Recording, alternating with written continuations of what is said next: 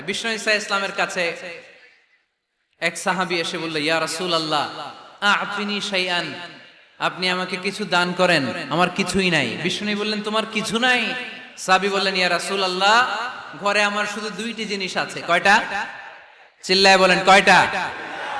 এক হচ্ছে একটা জামা, দুই হচ্ছে পানি খাওয়ার একটা জগ। বিষ্ণু বললেন, এই দুইটাই নিয়ে আস।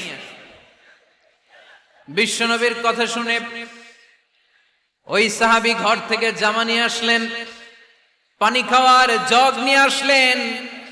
বিশ্বনবী সাল্লাল্লাহু আলাইহি ওয়াসাল্লাম ওনার মোবারক হাত দিয়ে এক হাতে জামা ধরে আরেক হাতে পানির জগটা ধরে সাহাবীদের দিকে উদ্দেশ্য করে বললেন, মাইয়াশতারি হাদাইন, এই দুইটা জিনিস কেনার মতো কে কে আছে দেখি? কয়েকজন হাত তুললো। বিশ্বনবী বললেন, কত দিয়ে কিনবা? এক সাহাবী বলে, ইন্নী আশতারিহিমা বিদিরহাম, ও নবী যদিও এগুলো আমার দরকার নাই, কিন্তু আপনি যেহেতু নিলামে ডাক তুলেছেন, ইয়া রাসূলুল্লাহ ইয়া হাবিবাল্লাহ, আপনার সম্মানে আমি 1 দিরহাম দিয়ে দুইটা জিনিস কিনে নেব। 1 দিরহাম, একটা জামা, একটা পানি খাওয়ার জগ, দাম কত? 1 দিরহাম। বিশ্বনবী বললেন, না না, 1 দিরহাম তো অনেক কম হয়ে যায়, মাইয়াজিদু আলা যালিক, এর চেয়ে বেশি দামে কে কিনবা?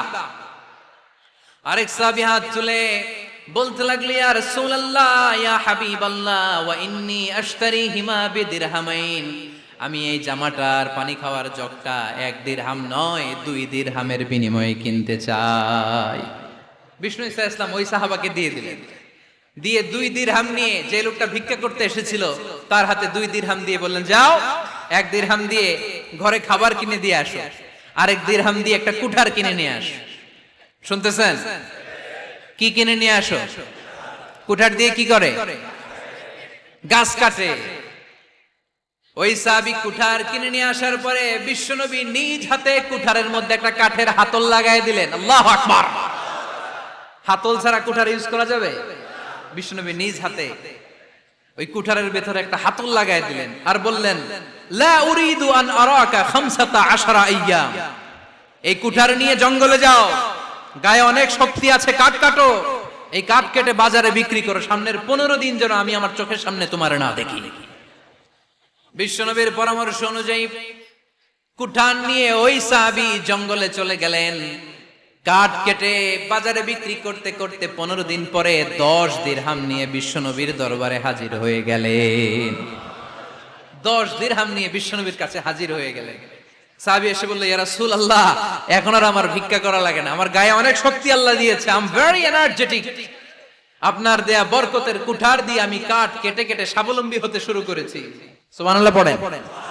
আমি এখন 10 দিরহামের মালিক। বিশ্বনবী বললেন, লা আইয়াহতাতিবা আহাদুকুম হুজমাতান আলা যাহরিহি খায়রুম মিন আইয়াসআলা শাইআন ফায়ু'তিয়াহু আও ইয়ামনাহু, যাদের গায়ে শক্তি আছে তারা ভিক্ষা না করে কাঠ কেটে পিঠে সেই বোঝা নিয়ে বাজারে বিক্রি করা অনেক ভালো, কারণ কারো কাছে যদি তুমি হাত পাতো সে দিতেও পারে নাও দিতে পারে, আর কষ্ট করলে কষ্ট কোনোদিন বৃথা যায় না। চিল্লায় বলেন ঠিক কিনা? বিষ্ণু ঈসা ইসলামের অনুপ্রেরণায় এই সাহাবা অল্প কিছুদিনের ব্যবধানে স্বাবলম্বী হয়ে গেলেন। What is the moral of the story? বিশ্বনবীর এই প্রফেটিক স্টোরি থেকে আমাদের কি শিক্ষা? লেসন নাম্বার 1, বিশ্বনবী চাইলেই ওই 2 দিরহাম দিয়ে বলতে পারতো, যাও খাবার দাবার কিনে ফ্যামিলিতে দিয়ে আসো। সে ওই 2 দিরহাম নিয়ে খাবার দাবার কিনে ফ্যামিলিকে খাইয়ে রাত্রে আবার ভিক্ষায় নামতো। কথা কন, রাত্রে কি করতো? ভিক্ষায় নামতো। বিষ্ণু ঈসা ইসলাম তাকে কাজ করে খাওয়ার জন্য উৎসাহ দিলেন। পাশাপাশি বিষ্ণু ঈসা ইসলাম পার্মানেন্ট সলিউশন দিলেন। এজন্য পার্মানেন্ট সলিউশনের ব্যবস্থা করতে হবে। অনেকে আমরা যাকাত দেই, যাকাতে শাড়ি দেই, যাকাতের লুঙ্গি দেই, আছে না নাই? লক্ষ্মীপুরে এরকম দেয় নাকি? কি দেয়? হ্যাঁ, গাড়ি, গাড়ি দেয়, শাড়ি না। যাকাতের শাড়ি, যাকাতের লুঙ্গি বলতে কোনো কথা ইসলামে নাই। এগুলো খুব কম দামি শাড়ি, যাদেরকে এগুলো দেয়া হয় তাদেরকে অপমান করা হয়, ঠিক কিনা? আল্লাহ বলেছেন, ওয়ালাকাদ কাররামনা বানি আদম, I have dignified the status of the sons of Adam, আমি আদমের সব সন্তানদেরকে সম্মানিত করেছি। সুবহানাল্লাহ পড়েন। আপনাদের চেয়ে সম্মানিত কেউ আছে? মানুষের চেয়ে সম্মানিত গোটা বিশ্বে আর কোনো মাখলুকাত আছে নাই। এজন্য যাকাতের শাড়ি দেয়া যাবে না, যাকাতের লুঙ্গি দেয়া যাবে না। যাকাতের শাড়ি আপনারা দেখছেন, এটারে একবার ধোয়ার পরে দ্বিতীয়বার পরা যায় না। মশারি কি পাতলা, এর চেয়েও পাতলা। এই জন্য যাকাতের শাড়ি, যাকাতের লুঙ্গি বলতে ইসলামে কোনো পরিভাষা নাই। আপনাকে স্বাবলম্বী করে দেওয়ার চেষ্টা করতে হবে। যারা লক্ষ্মীপুর জেলায় বিজনেস ম্যাগনেট আছেন, তারা একসাথে হয়ে একটা স্ট্রং যাকাত ম্যানেজমেন্ট প্ল্যাটফর্ম করতে পারেন, যেখান থেকে আপনারা বিভিন্ন থানায়, বিভিন্ন গ্রামে বাছাই করে করে কিছু ভাইদেরকে যাকাত দিতে পারেন স্বাবলম্বী করার উদ্দেশ্যে। যেই ফ্যামিলিকে আছে, কি নাম এটা, পল্লী উন্নয়ন ক্লাব, মাশাআল্লাহ, যাকাত ফান্ড দিয়ে বিদেশে লোক পাঠায়। এর চেয়ে সুন্দর পদ্ধতিতে যাকাত বিতরণ আর হতে পারে? যেই লোকটাকে, যেই ছেলেটাকে বিদেশে পাঠানো হয়েছে, ওই ফ্যামিলিটা আর কোনোদিন যাকাতের শাড়ি নেওয়ার জন্য লাইনে দাঁড়াবে? যেই ছেলেটাকে ওনারা অস্ট্রেলিয়ান গাভী কিনে দিছে, দুধ বিক্রি করে যেই ফ্যামিলিটা স্বাবলম্বী হতে শুরু করেছে, তারা আর কোনোদিন যাকাতের লাইনে যেয়ে দাঁড়াবে না। এজন্য যাকাত দিতে হবে স্বাবলম্বী করার জন্য। ইসলাম আমাদেরকে এটাই শিখিয়েছে, কাজ করে খেতে হবে। কাজে লজ্জা নেই, লজ্জা হচ্ছে অলসতায়। লজ্জা কিসে? আজকের আলোচনা থেকে এটা মুখস্থ করে নিতে হবে, কাজে লজ্জা নেই। লক্ষ্মীপুরের ইয়াংস্টারেরা শ্রমে লজ্জা নেই, পরিশ্রমে লজ্জা নেই, লজ্জা অলসতায়। লজ্জা কিসে?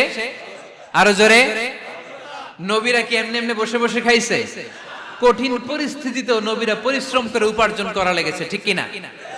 সাইয়েদনা মারিয়াম আলাইহিস সালাম, যার নামে আল্লাহ তাআলা কোরআনে একটা সূরা দিলেন, উনি পৃথিবীতে এমন একজন মহিয়সী নারী, যেই নারীর গর্ভে, যেই নারীর পেটের ভেতরে স্বামীর স্পর্শ ছাড়া সন্তান দিয়েছে কে? সাইয়েদনা ঈসা আলাইহিস সালাম পেটে আসলেন। মারিয়াম আলাইহিস সালাম লজ্জা পেলেন। হায় হায়, কেমন করে এলাকাবাসীদের কাছে আমি আমার মুখ দেখাবো? বিয়ে করি নাই, স্বামী নাই, বিয়ে হয় নাই, স্বামী নাই, কিন্তু পেটে সন্তান চলে এসেছে। হায় হায়, এলাকায় কেমনে মুখ দেখাবো? লজ্জায় পড়ে মারিয়াম আলাইহিস সালাম এলাকা থেকে চলে গেলেন। কি অবাক করা কাণ্ড! বাচ্চা ভূমিষ্ঠ হওয়ার জন্য, বড় হওয়ার জন্য 6 মাস 7 মাস লাগে নাই, পেটে বাচ্চা আসার সাথে সাথে বাচ্চাটারে বড় করে দিয়েছে কে? সাইয়েদাতুনা মারিয়াম আলাইহিস সালাম এবার বসে পড়লেন, বুঝতে আরম্ভ করলেন প্রেগন্যান্সির পেইন উঠেছে। হঠাৎ করে পেট থেকে বাচ্চা ভূমিষ্ঠ হয়ে যাওয়ার পরে উনি কাঁপতে আরম্ভ করলেন। ক্ষুধার চোটে খাবার কিছু নাই, সামনে ঝর্ণা, উপরে একটা খেজুর গাছ। সাইয়েদনা ঈসা আলাইহিস সালামকে কোলে নিয়ে মারিয়াম আলাইহিস সালাম মনে মনে ভাবে, হায় রে, কেউ যদি একটু খেজুর পেড়ে দিত, এই ক্ষুধার মুহূর্তে আমি খেজুর খেয়ে পেটের ক্ষুধা নিবারণ করতাম। রব্বুল আলামিন মারিয়ামকে উদ্দেশ্য করে আয়াত নাজিল করে দিলেন, ওয়া হুজ্জি ইলাইকি বিজিযিন নাখলাতি তুসাকিত আলাইকি রুতাবান জানিয়া। কোরআন সাক্ষী, হুজ্জি ইলাইকি বিজিযিন নাখলা, এর মানে হচ্ছে মারিয়াম, কেউ পেড়ে দিবে না, একটু কষ্ট করে হাতটা উঁচু করে খেজুরের ডালা ধরে ঝাঁকুনি মারো, টসটসে কাঁচা পাকা খেজুর নিচের দিকে পড়বে, তারপর তুমি তুলে খাবে। সুবহানাল্লাহ পড়েন। আল্লাহ চাইলে অটোমেটিক্যালি কারামাত হিসেবে খেজুরগুলো নিচে ফেলতে পারতেন না? কথা কোন?